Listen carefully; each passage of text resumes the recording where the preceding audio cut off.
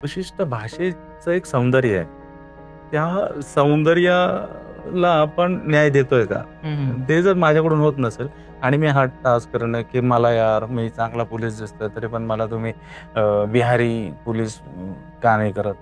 Tube जशी flicker होते ना, तसं आपलं काम पण कधी सुटतं, कधी धरलं जातं, असं होऊ शकतं. आणि ते जर होत असेल, तर ते खूप वाईट गोष्ट आहे. विजय तेंडुलकर ज्या पद्धतीने लिहायचे ना, तर त्यांच्या लिखाणात एक विशिष्ट अर्थ असायचा. लाईनला पण विशिष्ट अर्थ असायचा. त्याचं जर म्हणजे काय म्हणूया स्ट्रेसची जागा चुकली, तर त्या वाक्याचा अर्थ बदलायचा. हो, हो, हो. पण मी इरफान सरांना पाहिलंय, ते जज्बामध्ये पण तेवढेच कमाल वाटतात, ते लंच बॉक्समध्ये पण तेवढेच कमाल वाटतात, ते रोगमध्ये पण तेवढेच कमाल वाटतात, ते हे साले जिंदगीमध्ये पण तेवढंच पझलमध्ये तेवढंच परत सॉन्ग ऑफ स्कॉर्पियनमध्ये तेवढेच कमाल वाटतात. तर ते कुठल्याही फिल्ममध्ये खूप कमालच वाटतं.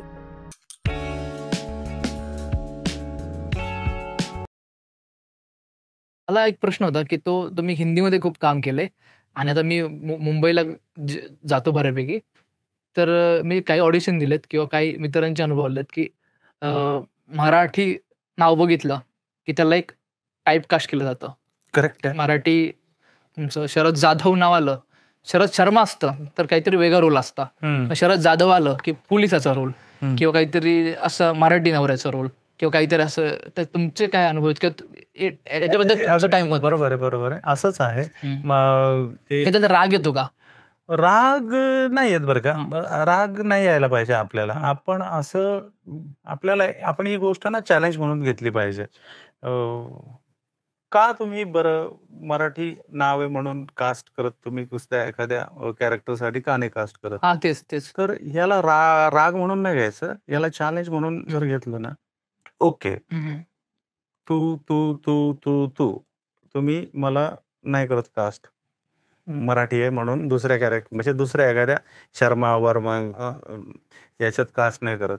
सो आपण आपल्याला प्रूव्ह करायचं वेगळ्या माध्यमातून.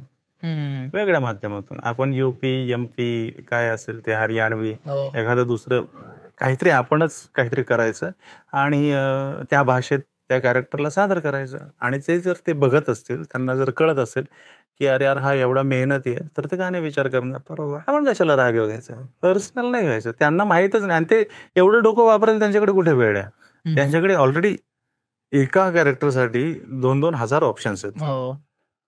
की यातून कुठला निवडायचा.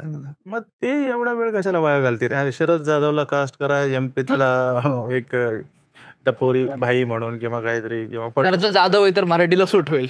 नाही एम-पीतला किंवा यू-पीतला बिहारी शरद जाधवला बिहारी पॉलिटिशियन करा बरं. हां. कसं काय होईल ते? तेच. आपण ते इमॅजिनच नाही करू शकत. ॲक्टरचं कामच आहे की कॅरेक्टर करणं. म्हणजे करेक्ट आहे. पण ना विशिष्ट भाषेचं एक सौंदर्य आहे. त्या सौंदर्याला आपण न्याय देतोय का? ते जर माझ्याकडून होत नसेल आणि मी हा टास्क करणं, की मला यार मी चांगला पोलीस दिसतोय, तरी पण मला तुम्ही बिहारी पोलीस का नाही करत? तर आपण म्हणजे अट्टहास सोडा. हां, म्हणजे तू प्रूव्ह कर, तू छान बिहारी बोलतोस, तर ते का नाही घेणार? त्यांची ड्युटीच आहे चांगले ॲक्टर्स घेणं. सर इतके तुम्ही जसं म्हटलं की इतके ऑडिशन येतात, इतके हे होतात. त्यामध्ये तुम्ही ऑडिशन करता स्वतःचं, त्यावेळेस काय गोष्टींचं की कारण प्रत्येकालाच वाटतं की सिलेक्ट व्हावं. प्रत्येकालाच वाटतं की मला काम मिळावं. त्यात मुंबईमध्ये एक भरमसाठ लोकं आहेत. तर त्यावेळेस तुम्ही जेव्हा ऑडिशन स्वतःचं करता किंवा तुम्हाला कास्टिंग डिरेक्टरकडनं येतं की ही स्क्रिप्ट पाठवली, ह्याचं प्रिपरेशन करून पाठवा. तर त्यावेळेस तुम्ही काय गोष्टी लक्षात ठेवता? मी काही लक्षात नाही ठेवत. हां. म्हणजे मला असं वाटतं, की माझे जरा टेक जास्त होतात. सेल्फ टेस्ट जर मी करत असेल, तर टेक जास्त करतो मी आणि मी जसं मगाशी बोललो, मी ऑन फ्लोअर पण 2-4 टेक नंतर मी मुरतो. म्हणजे ते मुरतं माझ्यात. किमान 2 टेक तरी मला लागतात आणि तिसऱ्या टेक नंतर ओके गोष्टी सुरू होतात. तसंच मी सेल्फ टेस्ट करत असेल, तर किमान 4-5 टेक मी टाईमपास करत असतो आणि 4-5 टेक नंतर काहीतरी बरं बाहेर पडायला लागतं आणि मग मला जो बरा टेक वाटतो, तो मी त्यांना पाठवून देतो. राइट. हां. हे बरं बाहेर पडणं म्हणजे काय? बरं बाहेर पडणं म्हणजे काय होतं, आपण एखादा पर्टिक्युलर ॲक्ट करत असताना ट्यूब जशी फ्लिकर होते ना, तसं आपलं काम पण कधी सुटतं, कधी धरलं जातं, असं होऊ शकतं. आणि ते जर होत असेल, तर ते खूप वाईट गोष्ट आहे. एखाद्या सीनसाठी. म्हणजे मी पोलीस आहे, मी असा बसलोय आणि असं बोलतोय आणि मध्येच असं होतं आणि पुन्हा असं होतं, तर हे रॉंग आहे. तर जर काही म्हणजे मी मध्येच कॅरेक्टर सोडतोय टाइप, असं काहीतरी होऊ शकतं. सो मी असा बसलोय तर असंच बसलं पाहिजे. राईट राईट मी असा होऊ शकतो, पण हे नाही होऊ शकत ना. हा कसा असेल पोलीस? राईट अशा ज्या गोष्टी आहेत, ज्या मला जर दिसतायत, तर मी त्या टाळतो आणि एक करेक्ट वाला व्हर्जन बनवून पाठवतो. Right sir. सर आपण तुम्ही जेवढे कॅरेक्टर केलेत, तर कॅरेक्टर करताना आपण जसं आपण बोललो, की तो ॲक्टरच कॅरेक्टर करतोय आणि ॲक्टरचे विचार आहेत.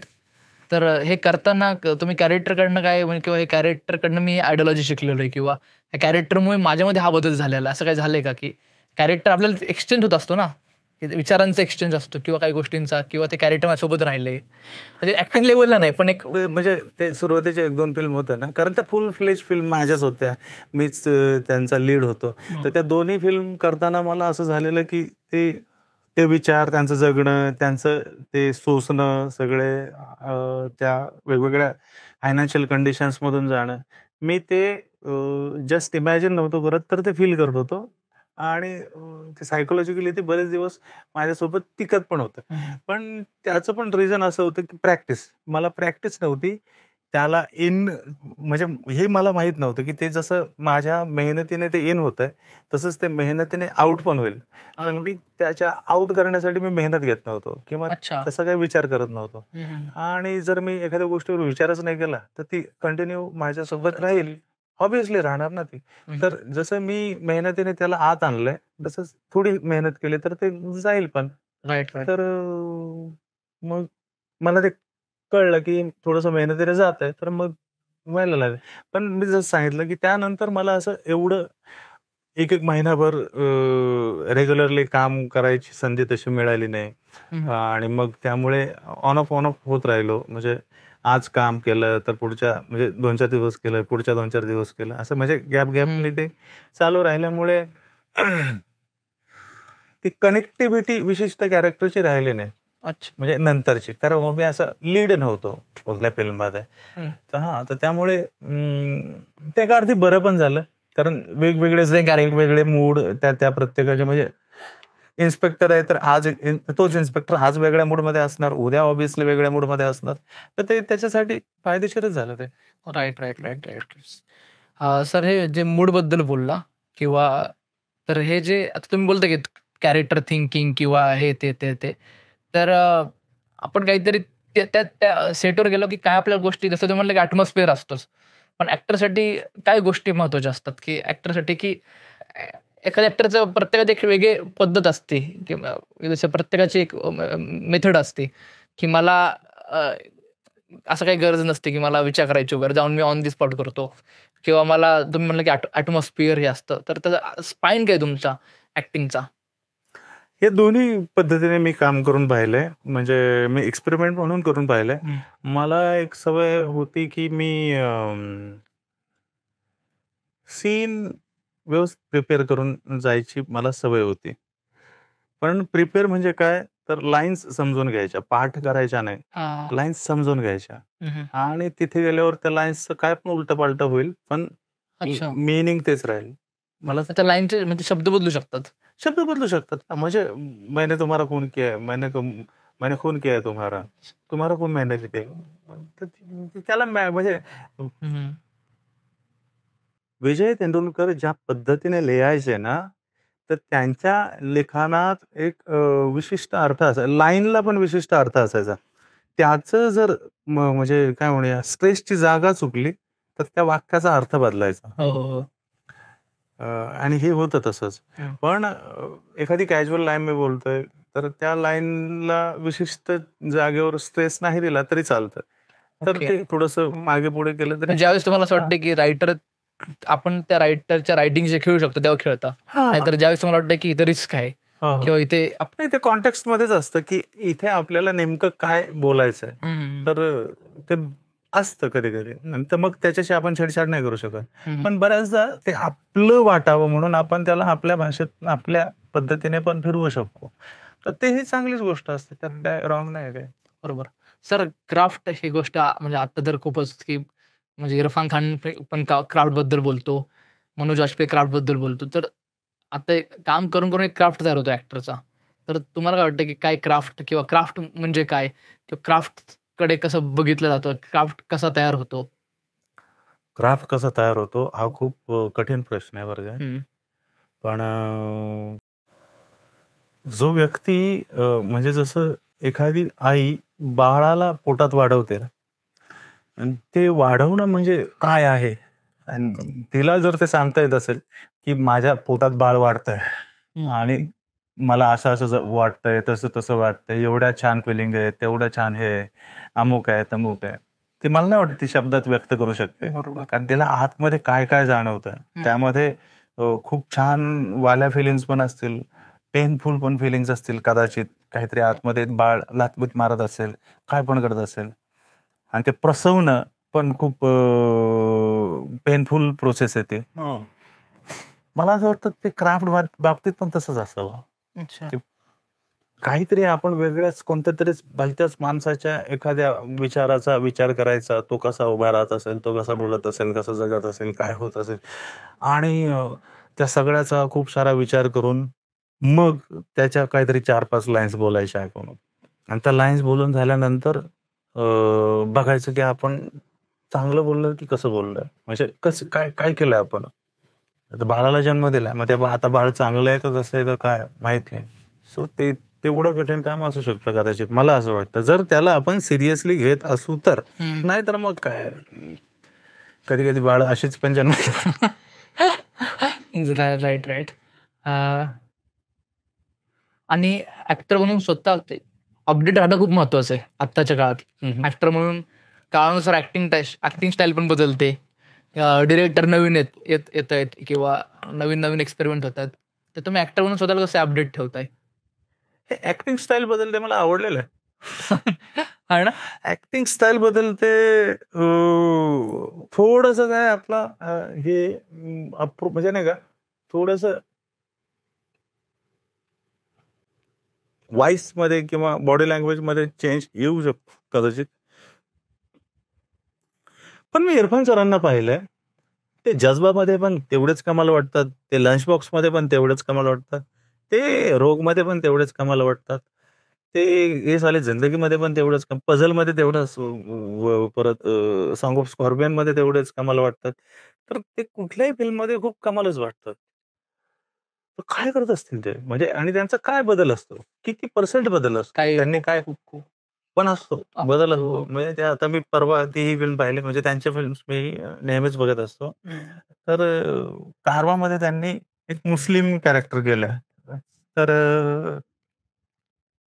त्यांनी त्यांच्या त्यांच्या हिंदीमध्ये 3 शब्दांमध्ये बदल केलेत फक्त. कैसे, ते कैसे हो आपण बोलतो ना, कैसे हो असं ते बोलतात. दुसरा शब्द आहे पैसे, पैसे, पैसे. पैसे. मेरे पैसे है तेरे पास, तर मेरे पैसे है तेरे पास, अब मेरे पैसे दे. तिसरं वेन, मेरी वेन लेके गया, वेन, मेरी व्हॅन लेके गया, तर ते वेन लेके, तर हे 2-3 शब्द त्यांनी पकडले. अच्छा. आणि एक मुस्लिम माणूस हलका कसा ओपन माइंडेड, थोडा हलका मजा घेणारा असतो, ते त्यांनी त्यामध्ये दाखवलंय. ते खूप मला इंटरेस्टिंग वाटलं. तर ते बदल खूप जास्त केलेला असतो त्यांनी, पण तो एवढा आपल्याला भारी वाटतो ना, खूप बदल केलेला असतो, पण तो बघताना आपल्याला वाटतच नाही की यांनी खूप काही बदल केला आहे स्वतःमध्ये. मग त्या भाषेत असेल, बॉडी लँग्वेज मध्ये असेल, कशातही असेल. स्क्रीन टाइमचं मला एक मध्ये बोलत होता मी, की स्क्रीन टाइम जेव्हा तुम्हाला जास्त मिळेल, तुम्ही म्हणलं की एकतर कॉन्ट्रास्ट कॅरेक्टर मिळतं, एकतर पोलीस किंवा एकतर खचलेला पिसलेला गरीब, गरीब शेतकरी, आई मुलीचा बाप, मुलाचा बाप, आणि ते म्हणजे काहीतरी मराठी डिरेक्टर्स मध्ये झालेलं आहे की म्हणजे त्यांच्याकडे ते स्क्रिप्ट मध्येच किंवा त्यांनी असं गुगल केलं ना, खचलेला पिचलेला मुलाचा मुलीचा बाप, गुगल म्हणत असेल शरद जाधव. हा, मग तसं तुमच्यासोबत, कारण एक आपण चांगलं काम केलं की तसेच काम यायला लागतात. हे एक तुम्ही समजा मी नाही, पण त्याला आपण कोणीच काय करू शकत नाही आणि याला कोणी यातून कोणी सुटलेलं नाही. एक इरफान खान सोडले तर तेही सुटले नाही, पण त्यांनी काय केलं, त्यांनी स्वतःत बदल केले. आता जर समजा इरफान सरांनी किती इन्स्पेक्टर केले असं जर आपण एक विचारलं तर किती केलं? खूप केलं ते, म्हणजे स्लमडॉग मध्ये केलंय, परत रोगमध्ये केलाय, परत तलवारमध्ये सीआयडी ऑफिसर आहे.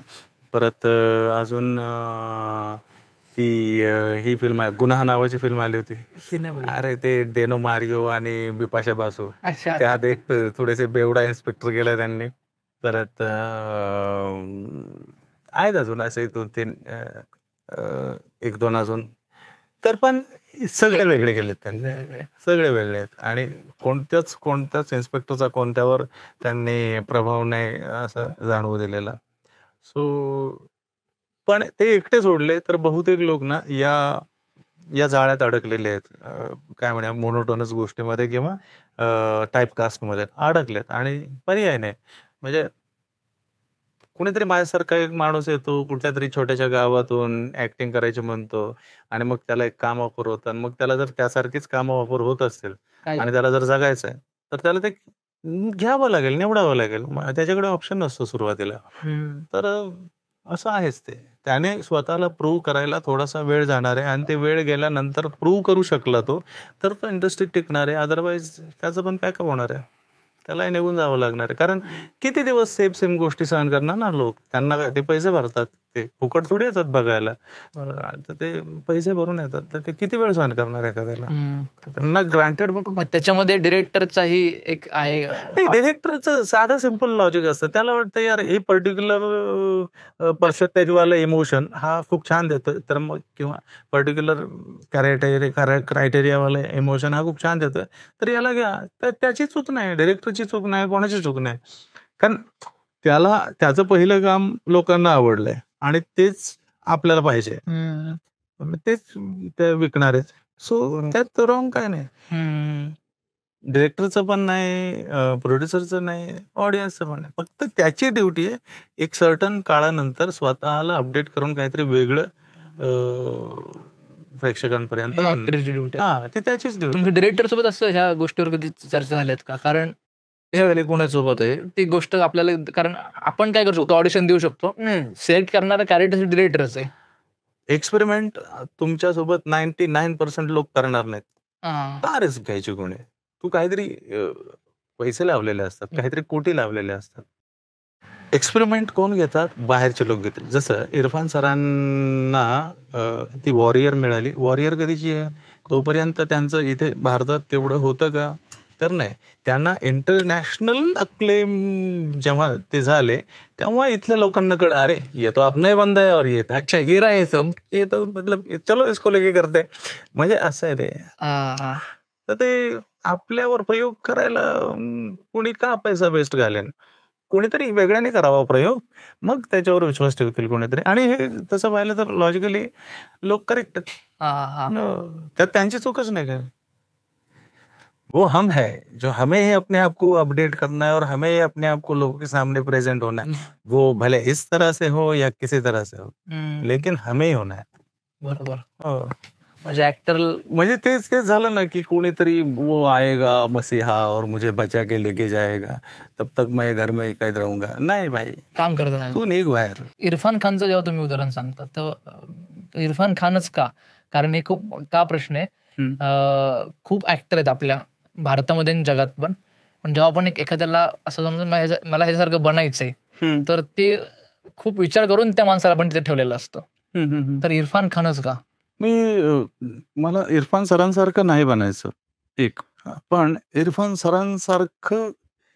सरांचं काम बघताना जे फील होतं ना मला, जेवढं एंगेज होतो मी किंवा जेवढं त्यांच्या प्रत्येक मुवमेंटमध्ये नाविन्य असतं, त्यातलं 2% जरी माझ्याकडे किंवा माझ्या कामात जर आलं ना तर मला खूप छान वाटेल, मला खूप भारी वाटेल. त्यांच्यासारखं तर कोणी शक्यच नाही बनणार आणि तसं करू पण म्हणजे होणं तर इम्पॉसिबलच आहे त्या गोष्ट, पण तसा प्रयत्न पण कोणी करू नये. पण त्यांच्यात अशी कोणती पॉवर होती की ज्यामुळे ते स्क्रीनवर आले की त्यांच्यावरची नजर हटत नव्हती. छोटा रोल असतो नाही तर मकबूलमध्ये. तर ते काय होतं की ते स्क्रीनवर आले की आपण जर जेवत असू तर आपण असे थांबतो किंवा आपण काही मोबाईल असं होतं आणि तो सीन संपेपर्यंत आपण तसंच राहतो. हे काय होतं, ही जादू काय, आणि ही जादू जर कोणाला जर कळली तर तो माणूस मला वाटतं की तोही असं ऑडियन्सला पकडून ठेवायला शिकेल. तर तर ते आपल्यापर्यंत म्हणजे ते कळणं गरजेचं आहे, ते कळलं पाहिजे. राईट. तर तुम्ही एक शब्द वापरला, नाविन्य. तर हे नाविन्य असणं मला वाटतं खूप महत्वाचं आहे, की प्रत्येकच आपण जरी पोलीस, तुम्ही उदाहरण दिलं पोलिसाचं, ऊन लागते नाही तर नाविन्य असणं खूप महत्वाचं. तर तुम्ही तुमचं काम करताना जरी भले ते एकाच प्रकारचे कॅरेक्टर असतील, पण नाविन्यासाठी तुमचे काय प्रयत्न असतात, ते नाविन्य आणण्यासाठी किंवा ते. मी सांगतो काय गंमत काय झाली, मी आता एवढ्या काही 2-4 वर्षात ना मला तेवढा स्क्रीन टाइम नाही मिळालेला.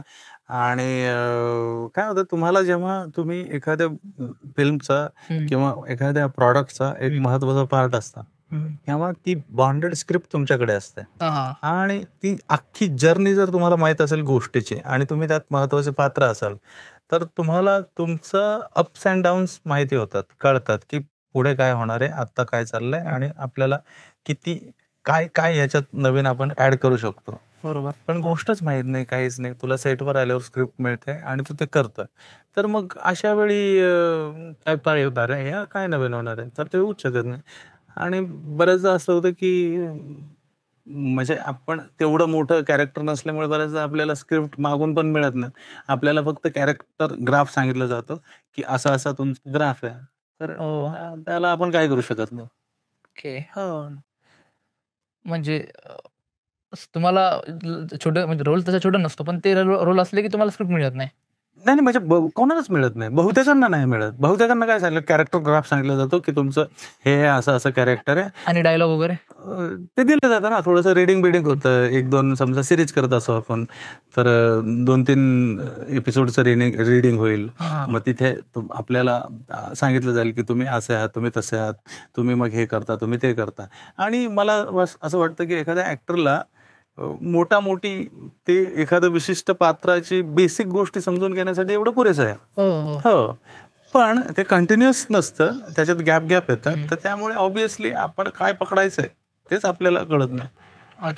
म्हणजे ते मधनं स्टार्ट होतं आणि मधनंच फिरून जातं. आज शूट केल्यानंतर पुन्हा 15 दिवसांनी शूट करायचंय तर काय सापडणार आहे आपल्याला. म्हणजे आपण 15 दिवसापूर्वी काय केलं होतं, बरं 15 दिवसाच्या मध्ये आपण काहीतरी वेगळंच केलं.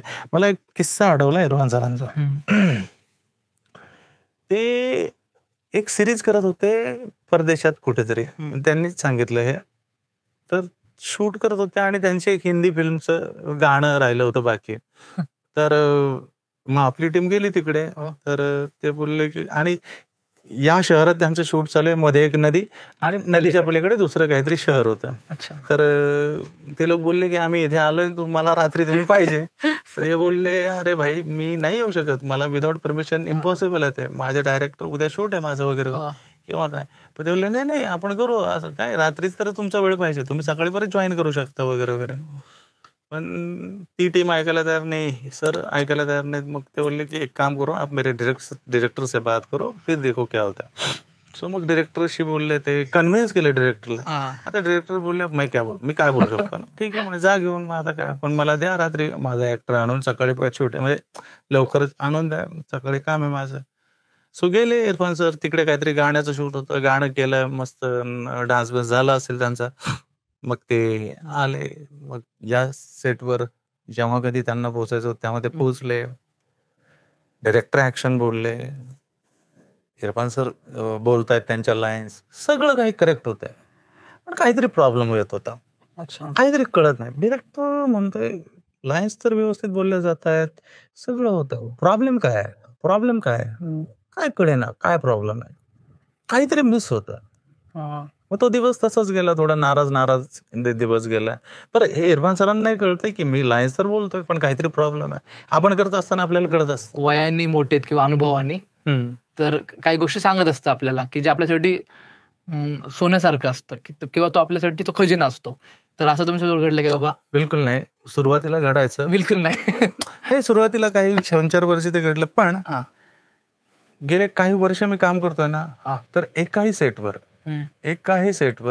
एकाही को ऍक्टरने किंवा एकाही को डिरेक्टरने सॉरी Director. डिरेक्टरने एकाही को ऍक्टरने एकाही डिरेक्टरने असं एकदाही म्हटलेलं नाही की मतलब म्हणजे शिकवण्याच्या भाषेत असं करा आणि तसं करा, अजिबात नाही. अरे. आणि मला ते खूप भारी वाटलेलं आहे. एकदाच माझ्याकडून एक चूक झाली होती सिरियस मॅनच्या वेळी, हा.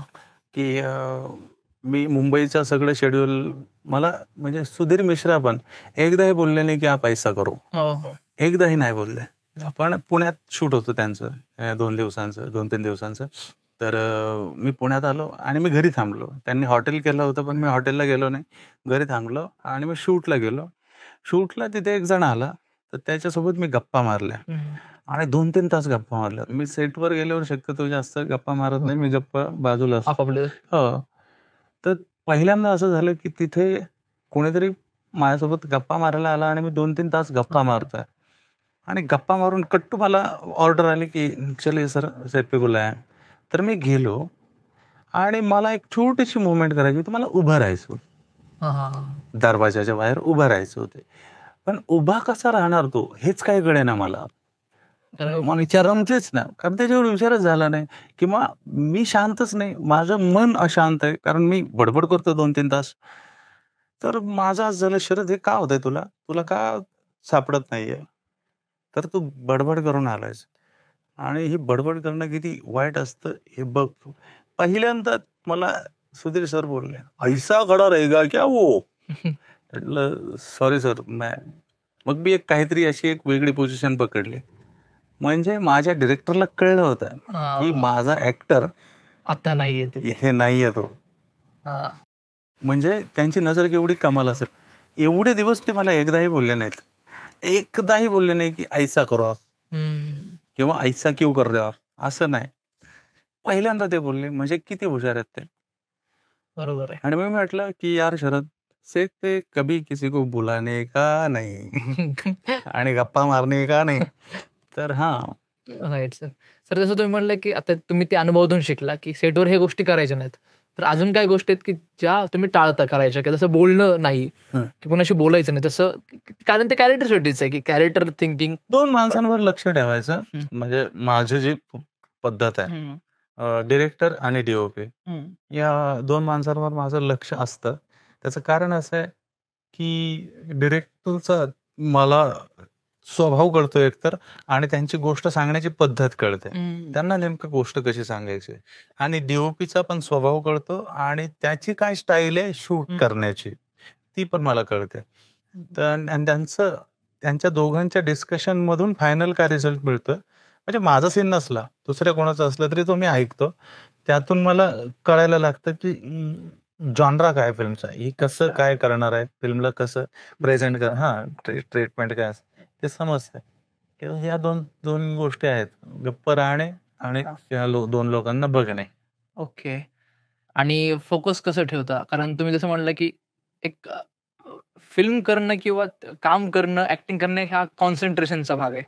की तुम्ही तेव्हा कॉन्सन्ट्रेट नव्हता म्हणून ती गोष्ट हल्ली. तुम्ही जेव्हा कॉन्सन्ट्रेट असता तेव्हा तुमचं सगळीकडे लक्ष असतं. तर हे कॉन्सन्ट्रेशन किंवा फोकस कसा ठेवता किंवा त्याच्यासाठी काय विचार करता? त्यासाठी मेडिटेशन केलं पाहिजे, पण माझं काही वर्षांपासून मेडिटेशन होत नाहीये. म्हणजे मी प्रयत्न करतो पण ते होत नाही. माझं सायनस प्रॉब्लेममुळे ना, सायनस आहे मला, तर त्यामुळे ते होत नाही. पण मी प्रयत्न करत असतो मेडिटेशन करण्याचा. हे आहे. तेच एकच ऑप्शन आहे. शांत राहणं, मेडिटेशन करणं. मेडिटेशनमुळे आपल्याला गोष्टी कळू शकतात कदाचित. माझं होत नाही, पण तुमचं होत असेल नक्कीच, कारण मला सायनसचा प्रॉब्लेम आहे. बरोबर सर. सर आणि जसं तुम्ही म्हटलं की सायनसचा प्रॉब्लेम आहे किंवा असे ऍक्टरच्या काही ऍक्टरला बॉडी खूप महत्वाचा घटक आहे. म्हणजे कारण आपण बॉडी स्ट्रॉंग असेल तर आपण काम करू शकतो की तुमचं आता तुम्ही म्हणलं की तुम्ही महत्वाच्या भूमिका केल्यात, पण तुम्हाला असं वाटतं की तो जो स्क्रीन टाइम आहे, तो जो मोठा स्क्रीन टाइम आहे, तो सतत मिळणं आणि सतत त्या एका एका लेवलला जाणं. तर त्यासाठी तुम्ही बॉडीचं कसं काळजी घेता? कारण ते एक बॉडीची काळजी घेणं. बिलकुल काळजी घेत नाही मी. हां. मी क्लिअर सांगतो, मी अजिबात खोटं काय बोलणार नाही. मी बिलकुल काळजी घेत नाही. बिलकुल बॉडीकडे माझं लक्ष नाहीये. पण बॉडीकडे लक्ष देणं खूप गरजेचं आहे. बॉडीकडे लक्ष दिलं पाहिजे. आपल्या रेग्युलर एक्सरसाइजकडे लक्ष दिलं पाहिजे. आपल्या रोजच्या सवयींकडे लक्ष दिलं पाहिजे. आपल्या खानपानवर लक्ष दिलं पाहिजे. यातलं मी काही करत नाही. ही माझी चूक आहे आणि मी मान्य करतो. पण नटांनी या गोष्टींकडे लक्ष देणं खूप गरजेचं आहे. एवढं सांगू शकतो. बरोबर. मग तुम्ही करणार का की ते? ते आता मी करीन असं म्हणणं आणि मी ऍक्च्युअली करणं मध्ये फरक आहे. हां, हां. ते बघू त्यापैकी दोन्हीपैकी कोणतं जमतंय. हां, हां, हां. सर जसं आता नवाजचा जेवढा स्ट्रगल आहे, त्यामध्ये त्याच्या आईचं पत्र यायचं आणि ती म्हणायची की हार नको मानू, करत राहा. आणि ते एक मला वाटतं त्यांनी एका इंटरव्ह्यूमध्ये सांगितलंय. म्हणजे रिसेंटली 2 वर्षापूर्वी, 2-2.5 वर्षांपूर्वी एक इंटरव्ह्यूमध्ये त्यांना विचारलं होतं, की आप वॉचमैन का काम करते थे वगैरह वगैरह. तर त्यांनी क्लिअर केलं, वो सब पब्लिसिटी थी अच्छा. कि वो ऐसा कुछ नहीं है, मेरा घर पे बहुत अच्छा है, मेरी हैबिट है गाँव में ज्यावेळी कुछ करोड़ का है, शेती वगैरे चांगली. कुछ करोड़ का है. हां. तो वो सिर्फ वो पब्लिसिटी के लिए हमने बोला था, असं ते क्लिअर बोललेत. बरोबर. सर तर ती निराशा जे आपल्या निराशा म्हणण्यापेक्षा की काम तुम्ही म्हणलं की जसं ते काम आपल्यावर डिपेंड नाही. आपण आपलं काम काय की हातपाय मारत राहणं, प्रयत्न करत राहणं. पण तुम्ही स्वतःला ॲज अ ॲक्टर म्हणून कसे मोटिव्हेट ठेवता की नाही आपल्याला करत राहायचं हे. ह्याला एक आपल्याला एक मोटिव्हेशन असतं ना की की काय प्रत्येकाचे बिलीव वेगळे असतात. पण तुमचं काय की बाबा मला हे करत राहायचं त्यासाठी. मुळात मी हा विचार का करतोय, हां. की म्हणजे मी डॉमिनेट किंवा डिमोटिवेट का होतोय? बरोबर. का होतोय म्हणजे कशामुळे होतोय? काय वाटतंय तुला? मी डिमोटिवेट होतोय म्हणजे काय होतंय? कंपॅरिझन होऊ शकतं. नाही, मला नाही कळलं. मी डिमोटिवेट होतो म्हणजे काय? माझ्याकडे काम नाही राव, यार हे नाही राव, ते नाही, असं नाही, तसं नाही. हे जर डिमोटिवेशन असेल तर मी याचा विचार करत नाही एकतर. अच्छा. आणि काम नसेल तरी मी त्याचा विचार करत नाही. म्हणजे करून काय उपयोग आहे? विचार करणं म्हणजे काय? करायचं माझ्याकडे काम नाही याचा काय विचार करायचा? मी काय करायचा विचार मगाशी बोलल्याप्रमाणे रियाज. वेळ मिळाला तर चलो नेट प्रॅक्टिस करते आणि त्या नेट प्रॅक्टिस मध्ये आपण खूप मोठ्या प्रॅक्टिस मध्ये असल्याचाच फील येतो आपल्याला. हो. म्हणजे आपलं विचार हा वेगळा पाहिजे की असं नाही की ते काम नसलं तरी माझ्यासाठी एक वेगळं काम चालूच आहे. म्हणजे काय पण मी एखादं नाटक घेईल, 4 लोकांना घेईल, प्रॅक्टिस करत बसेल आणि कुठे जाऊन रस्त्यावर करत बसेल. मला किक इथेही मिळणार आहे तिथेही मिळणार आहे. काय फरक आहे याच्यात? किकचा प्रश्न आहे. ठीक आहे. आणि ते आपल्याला म्हणजे एवढंच आहे आपल्याला म्हणजे जगवणारी गोष्ट की मला ऍक्टिंग करायची. सो मग ऍक्टिंग काय, मी घरात मी बाथरूम मध्ये ऍक्टिंग केली तरी मला भारीच वाटतं. मी तिथेही लाईन्स बोललो तरी भारीच वाटणार आहे मला. मी हॉलमध्ये येऊन पण लाईन्स बोललो तरी भारीच वाटणार आहे मला. मी 4 लोकांमध्ये येऊन बोललो तरी भारीच वाटणार आहे मला. तसे मी प्रॅक्टिस 2011 ते 13 मी एका शाळेत जाऊन एकट्या बंद क्लासमध्ये एकटं जाऊन प्रॅक्टिस करत होतो. अच्छा. मी कुठल्याही कवितांची पुस्तकं घेऊन जायचो, हरिवंशराय बच्चनांची, रहे ना हाला प्याला, सागरला का? इथे पुण्यात कॉर्पोरेशनच्या शाळेत. वा ऍक्टर प्रिपरेशन चालू होतं. हा म्हणजे जाऊन आरडाओरडा करत बसायचो, कुठलीही कविता घेऊन ओरडायचो, गालिबांचं काहीतरी घ्यायचो, ओरडायचो. कळत काही नव्हतं, कळायचं काहीच नाही. आता हे काय आहे म्हणजे रहे ना हाला प्याला साकी तुझे मिलेगी मधुशाला, हे त्यावेळी मी आरडाओरडा केलेला आहे. पण याचा काय अर्थ होतो तेव्हा मला ते नव्हतंच कळत. ते मधुशालातल्या या 2-3 लाईन्स किंवा गालिबांच्या गझल्स ओरडायचो तिथे जाऊन. कळायचं काहीच नाही पण ओरडायचो. राईट. त्यावेळेस आता कळते पण त्यावेळेस तुम्ही ते ऍक्शन केलं ते महत्वाचे. हा म्हणजे मला वाटायचं की हे असं काहीतरी केल्याने काहीतरी बरं होईल का, त्याच्यात माहित नाही ते काय म्हणजे करेक्ट आहे कसं, पण वाटायचं काहीतरी होईल बदल. वा. त्यामुळे पण दिसते बदल की तुम्ही बोलताना जे मला काय आवडलं की तुम्ही म्हणला की थॉट प्रोसेस जे आहे ना किंवा मला पटतंय का, मी कन्व्हिन्स होतोय का. तुम्ही डिरेक्टरलाही प्रश्न केला की मी काय मोटिव्हनी बघू, काय मोटिव्हनी बायकोकडे बघू. तर हे मला वाटतं हे खूपच हे असणं खूप महत्वाचं आहे. हा मुळात प्रामाणिक प्रश्न आपल्याला पडलेला प्रश्न प्रामाणिक असावा.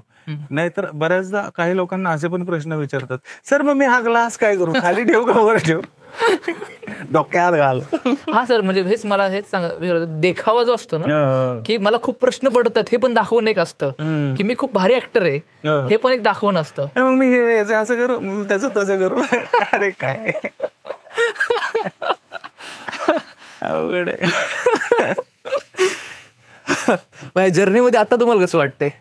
कुठल्या हे एवढी जर्नी तुमची आता पूर्ण व्हायची जर्नी, पण आता जेवढी ऍक्टिंगची जर्नी झाली, मी खरं सांगू, आतापर्यंत मी प्रामाणिकपणे 2-4 कामं झालीत माझी. मला त्यात आवडणारे जलसा असेल, सिरियसमॅन असेल, घुमा असेल, वेगळी वाट असेल, हे 2-4 कामं आहेत. भट्टी एक चांगलं त्यामधलं नाव मला वाटतंय. आणि बाकी कमर्शियल आहेत सगळ्या गोष्टी. म्हणजे स्कॅम 2003 पण कमर्शियलमध्येच मोडते ती. तर हे 2-4 फिल्म्स म्हणजे मी सुधीर मिश्रा नाव ऐकून मी असं झालं होतं, म्हटलं त्यांच्यासोबत मला काम करायचं आहे, नवाज सरांसोबत मला काम करायचं असं झालं होतं माझं. म्हणजे या सगळ्या ग्रुप सोबत माझी काम करण्याची खूप इच्छा. म्हणजे ही जी लॉबी आहे ना, अनुराग कश्यप, सुधीर मिश्रा, केतन मेहता, अनुभव सिन्हा, सुजीत सरकार, हंसल मेहता, केतन मेहता झाले.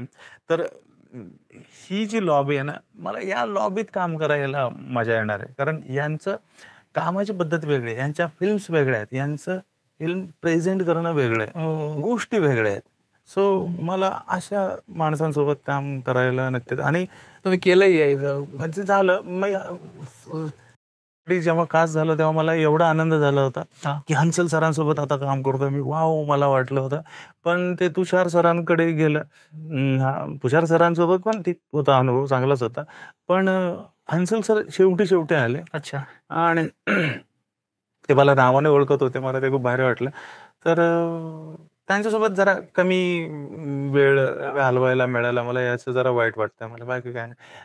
पण त्यांच्यासोबत काम करायचं मला, आणि मी करणार या सगळ्यांसोबत काम. बरोबर, ते होणारच आहे. मग ते जेव्हा तुमच्या कॉन्टॅक्ट मध्ये येतात, नंतर आपल्याला असं वाटतं की बाबा यांना काम मागावं? अजिबात नाही. किंवा ते करायचं नसतं कधीच. कोणत्याच चांगल्या माणसाने ते करायचं नसतं की मला काम. तुमच्या या पद्धती की ऑडिशन देणं किंवा ऑडिशन नसतं काम होतं. आणि ही मंडळीच मुळात आहे ना, काम मागणाऱ्या लोकांना लांब ठेवते. अच्छा. आपण काम मागायचं नसतं, ते शोधात असतात आपल्या, म्हणजे माझ्याच नाही, कॅरेक्टर ते चांगल्या लोकांच्या शोधात असतात. आणि त्यांना ते बरोबर सापडतं, हाय तो आहे ते घेतात.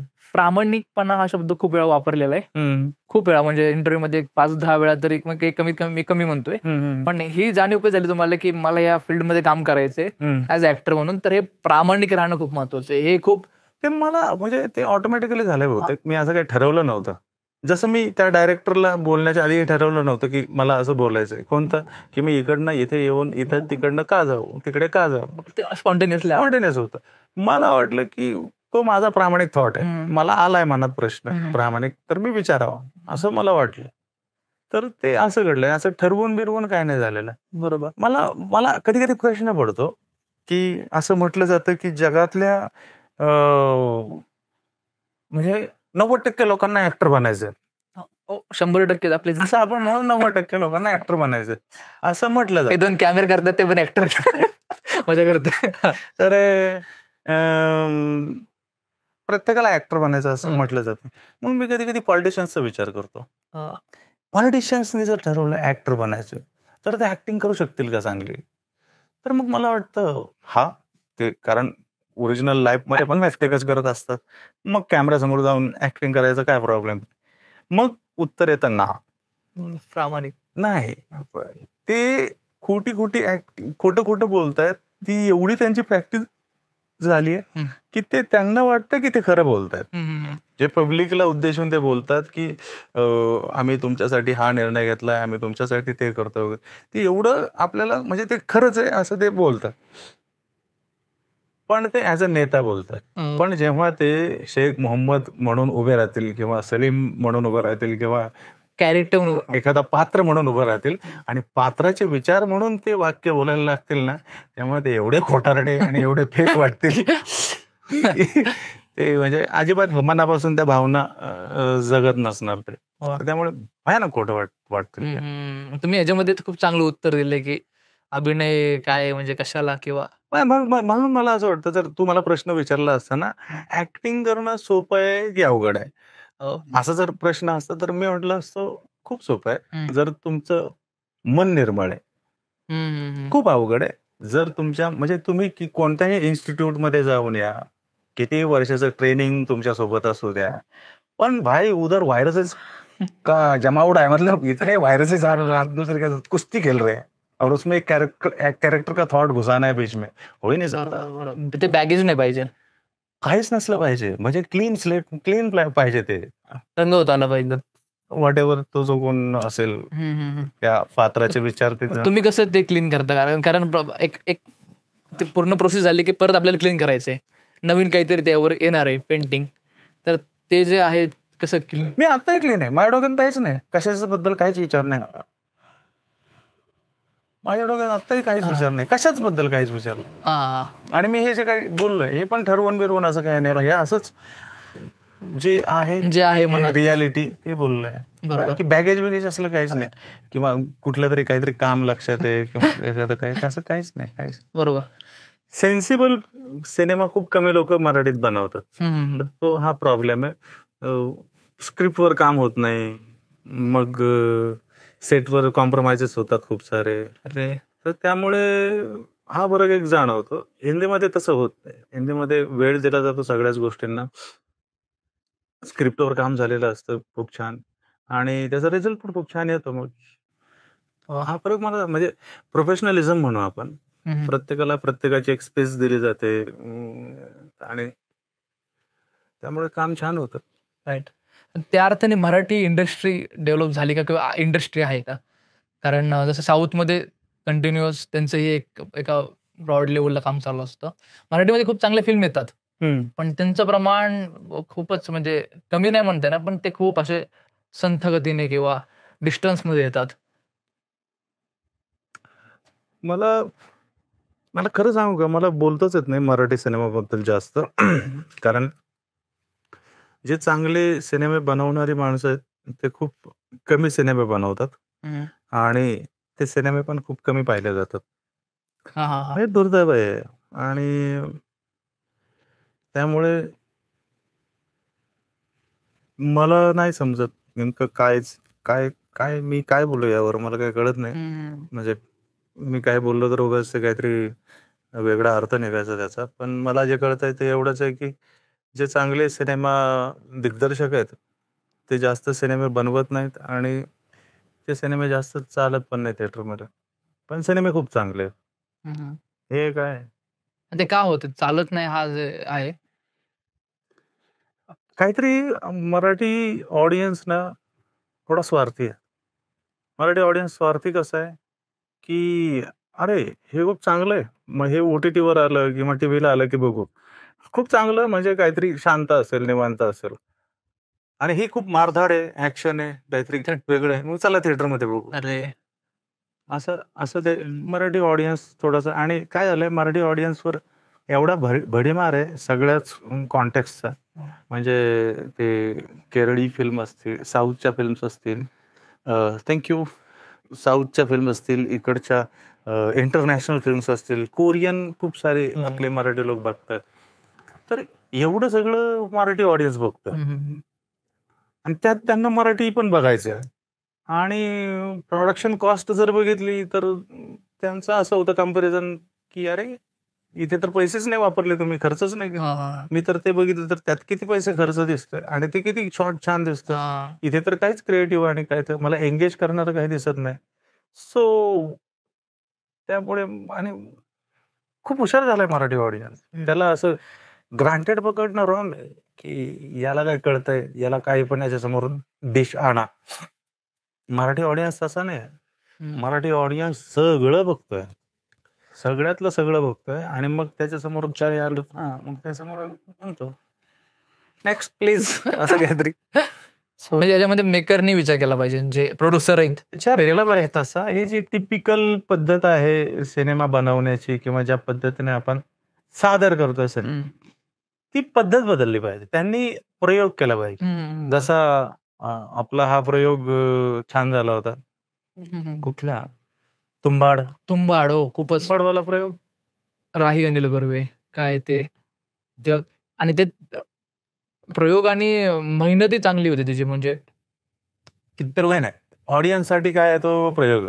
ऑडियन्सला काय करा की तुम्ही किती मेहनत घेताय. राईट. त्यांना काय करायचं, तू वर्षभर झाडाला लटकलास काय केलंस, मला काय करायचंय. बरोबर. तू माझ्यासमोर जे आणतोय ते छान आहे का, मला किक देतंय का, मला भारी वाटतंय का, बस. तर ते नवीन प्रयोग होता आणि तो आवडला ऑडियन्सला. सिम्पल. तर तसे किंवा यासारखे वेगवेगळे प्रयोग होणं गरजेचं आहे. आणि प्रयोग न होता आपण टिपिकल जे फॉर्मॅट आहे, फॉर्म्युला फिल्म म्हणजे तसं बनवत राहिलं तर मग का. असं तुम्हाला फॉर्म्युला फिल्म वगैरे येतात त्यावेळेस तुमचं काय तुम्ही करता किंवा कुठल्या मोटिव्हनी करता? मला कुठे येतात फॉर्म्युला फिल्म.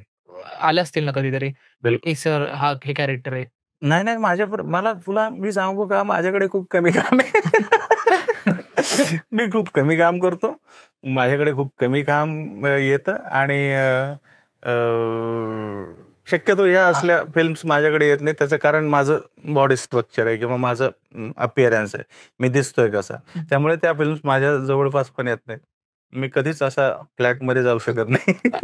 मग सर ते दिसण्यावरनं तुम्ही जे बोलला ते दिसण्यावरनं काय तुम्हाला अनुभव आले? कारण आपल्याला काहीतरी आपण येताना एक न्यूट्रली आलो असतो, आपल्याला काही माहित नसते, आपल्याला माहित असतं की आपण दिसतोय आणि जेव्हा समोरच्या सिस्टीमकडनं येतं की अरे हा की समोरच्या सिस्टीमकडनं आपल्याला रिफ्लेक्शन होतं. आपल्याकडे तोंडावर वाईट बोलायची थोडी सवय आहे, थोडं मागे जाऊनच वाईट बोलायचं असतं. आणि जरी बोललं तरी जी रियालिटी आहे ती मी डिनाय कशी करू. मी थोडी बोलू शकतो I'm looking like Shahrukh Khan. No, मी शरद सारखाच दिसतोय. आणि मी शाहरुख खानचा माझ्यावर इम्पॅक्ट आहे, म्हणजे मी मान्यच करेन की त्यांचे डायलॉग्स आवडतात मला, त्यांच्या फिल्म्स आवडतात मला. आणि त्यांची फिल्म बघत असताना आपण ॲज अ हिरो आपल्याला बघत असतो तिथे. तर मी ते फील केलेलं आहे की शाहरुख खान मध्ये बोलतायत तर मीच बोलतोय, असं मी फील केलेलं आहे, जसं आपण सगळेच फील करतो. तर तसं आहे. पण मी थिएटरमधून बाहेर आल्यावर मीच आहे, मला माहिती आहे. बरोबर. नाही, त्या मला विचारायचं की एका फेसवर तर न्यूनगंड येऊन जातो आपल्याला, आपल्या बॉडीचा, असण्याचा, दिसण्याचा. असं तुमच्यासोबत कधी झालंय का? किंवा भाषेचा पण, आपण मराठी नगरकडनं तुम्ही आलाय तर पुण्यामध्ये आले. भाषेचा न्यूनगंड वगैरे किंवा माझ्या दिसण्याचा न्यूनगंड वगैरे कधीच नव्हता. त्याचं मला कधीच असं वाटलं नाही की अरे यार आपण असं दिसतोय किंवा आपली भाषा अशी आहे. 1-2 गोष्टी होत्या ज्या मला आवडायच्या नाहीत. त्यातली एक गोष्ट होती, मी नगरचा होतो. नगरची भाषा थोडी ॲरोगंट वाटते.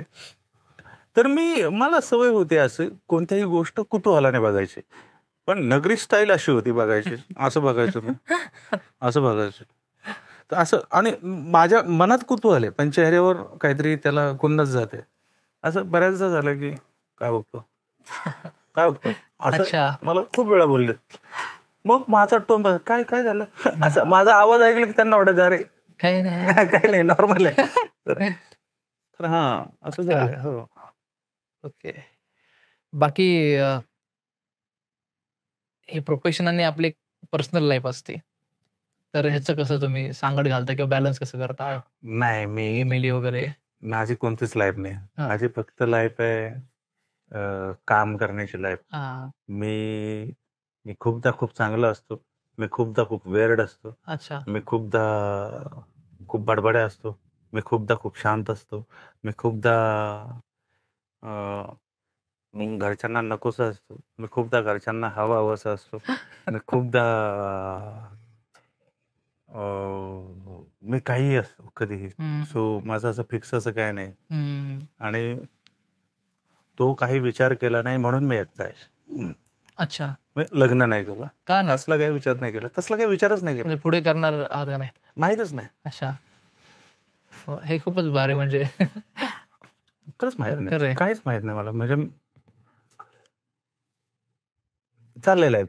आणि यामध्ये एकच गोष्ट घडते जिची पहिल्यापासून मला काय म्हणूया आवड होती.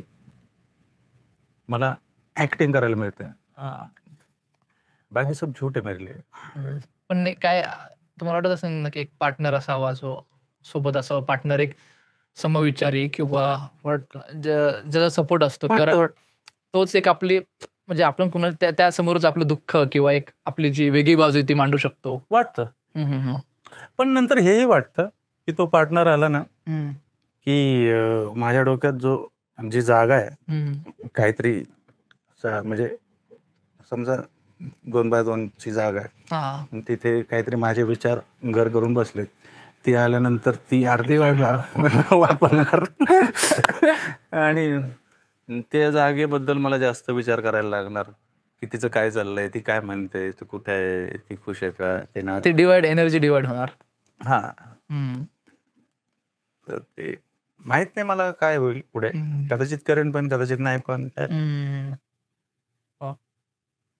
हे जे आहे ना की माहित नाही हेच आपलं ऍक्टरचं लाईफ किंवा क्लियरच नाही ना. कुछ भी हो सकता है, कुछ भी हो सकता है. शरद आउट भी हो सकता है, बाहेर भी निकल सकता है. ते होणार नाहीच म्हणजे मी ते डेफिनेट म्हणू शकतो, कारण माझ्या डोक्यात त्याच्याशिवाय दुसरं काही नाहीच आहे. पण हा आपण अचानक काही पण होऊ शकतं. राईट. तर तसंच होईल की नाही माहित नाही. बरोबर. थँक्यू सो मच मला इन्व्हाइट केलं, मला बोलवलं तिथे आणि गप्पा मारल्या आणि खूप साऱ्या गप्पा मारल्यात आम्ही. राहुल देवकाते. तर करा फॉलो, लाईक, शेअर, कमेंट.